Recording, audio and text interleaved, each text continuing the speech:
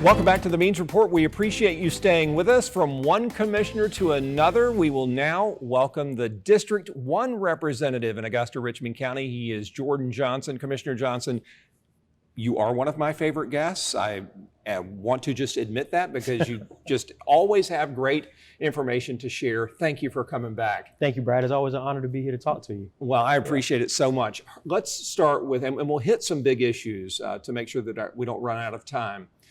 I feel like hurricane cleanup is winding down. What would you say about hurricane cleanup in your district and the whole city? Are you pleased? I think that we have used the resources that we had available to us as bestly as we could.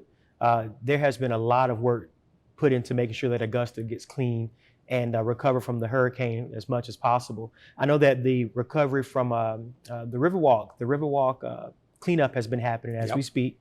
And so now that has concluded itself. But I know that there's been a lot of work that went into this and there's work that needs to be done, but I am satisfied. But you know, it has been a process that caught all of us off guard, honestly. But moving forward, we want to make sure that Augusta has plans in place so that you know, we'll be able to keep our city moving forward.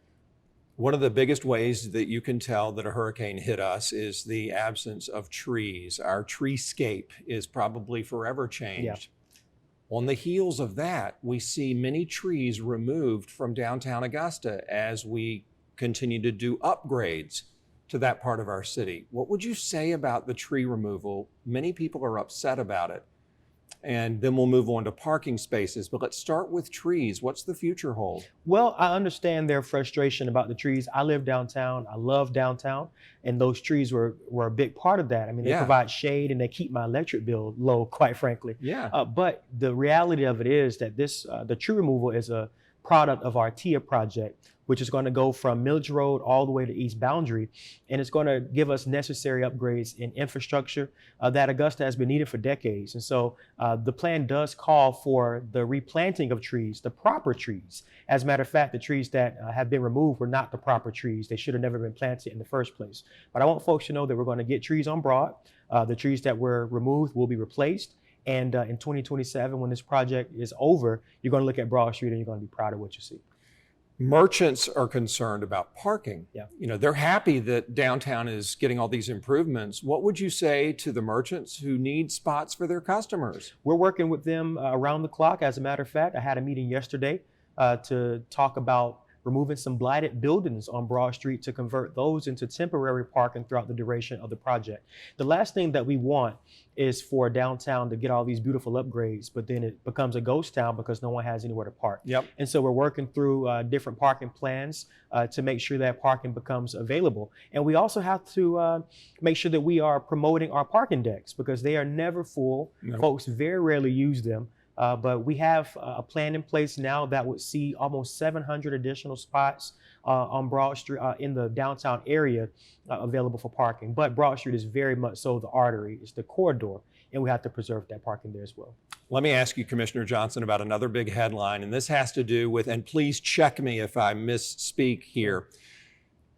The federal government gave us money to help people pay their rent. I believe this was in the wake of the hurricane when this money came in. It may have been earlier than that. Help me.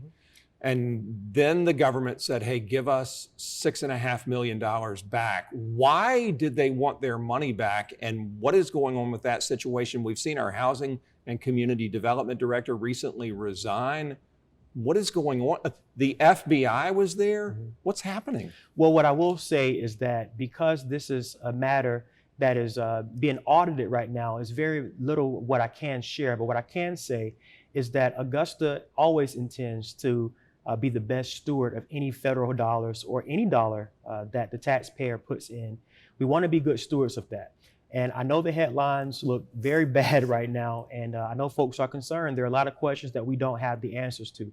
But that is why there's an audit happening right now so that we can know if our I's were dotted and if our T's were crossed. The FBI coming to town, I have very little information about that. I was made aware that they were in town by our city administrator, and we really don't have that information. But what I can say to the community is this, that if you are in need, you can go to the city's Facebook page. There's a number that you can reach out to for assistance, because there are still funds available from my understanding. But as far as this $6.5 million situation, there's not much that I can share right now, simply because there are a lot of questions that we don't have the answers to. But just understand that we want to be the best stewards of our taxpayers' dollars as best as we can. And we understand that people need help, and we want to remain sensitive to that.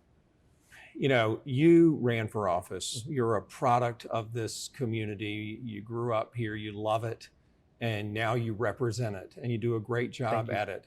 Yes, sir, absolutely. We're a proud city. You know, we take turns being Georgia's second largest city. I think we battle Columbus on that front. Does this whole thing make you feel weird or uncomfortable? No.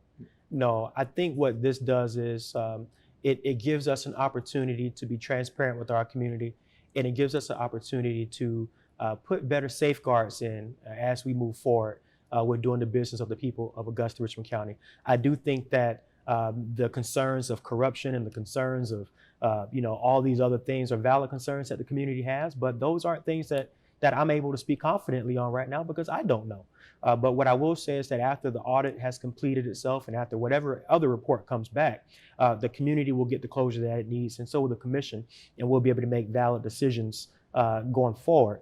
But no, I want Augusta to continue to feel good, right? This is the feel good city. It is, yeah. And we can't let small things get us off track. We're experiencing great economic booms. We're experiencing so much positivity. We can't let that slow down right now.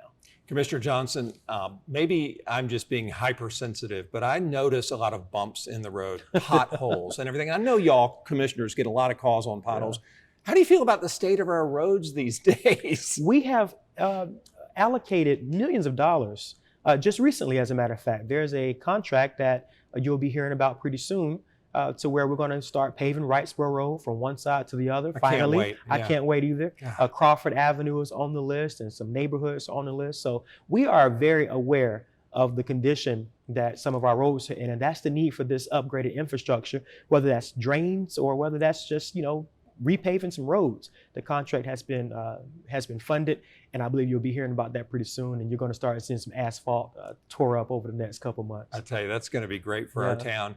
Let me ask you the same question I asked Commissioner Scott, and she's right. She called you the youth commissioner. Oh, yeah. I asked her if there were enough things for young people to do in the summer. What about you when it comes to young folks and activities here? What would you like to see in that area? Well, I was the youngest commissioner when I was elected. Yep. I'm still the youngest. Yep. I have a few years on me now, right? The commission has done that to me.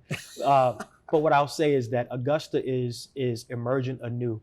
We are reimagining what fun and entertainment looks like. And so when you're looking at downtown, it's not the same downtown that it was when I was in high school. There's so much more things to do. And that speaks to the progress that we've made, but we have to continue to make Augusta an attraction. And that means developing our riverfront. Mm-hmm. That means having more festivals. That means relaxing some of the requirements necessary for food trucks in downtown and different amenities. I think that Augusta can get to a point to where college students and people all over the country want to come, but we can't get in our own way.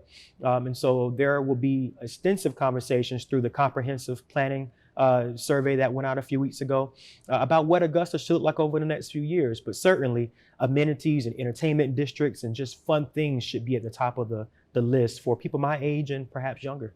If I'm hearing you correctly, I'm hearing that when we visit Greenville or Chattanooga or other cities that you hear about and say, oh, I wish Augusta could be like that. If I'm hearing you correctly, Augusta is going to be like that. We are well on our way. We are well on our way to be in that way. My brother and sister-in-law, they love Greenville, South Carolina. And I tell them all the time, stop talking about Greenville because we're Augusta. But they have a valid point, right? Yep. Augusta is getting to that point, but we have to continue to make our voices heard and then share with your leaders about what you want to see in downtown and other places. I've been pushing for an entertainment district now for 2 years, and we're making great progress on that. There's efforts towards redeveloping our depot down on the riverfront. Yep. So the possibilities are exponential, but we have to be at the table, making sure that our voices are heard and shaping those decisions. But I have so much hope and optimism about the future of Augusta. No, I do too. And I appreciate your leadership. As I told Commissioner Scott, y'all stepped up, you're representing us and leading us, and I really appreciate all you do. Thank you, Brad. I appreciate you. Yes, sir. Commissioner Jordan Johnson, representing District 1 and the entire community, as you've just heard. When we come back, how you can help us get more great guests like our commissioners and give us your opinion on this edition of the Means Report in just a moment.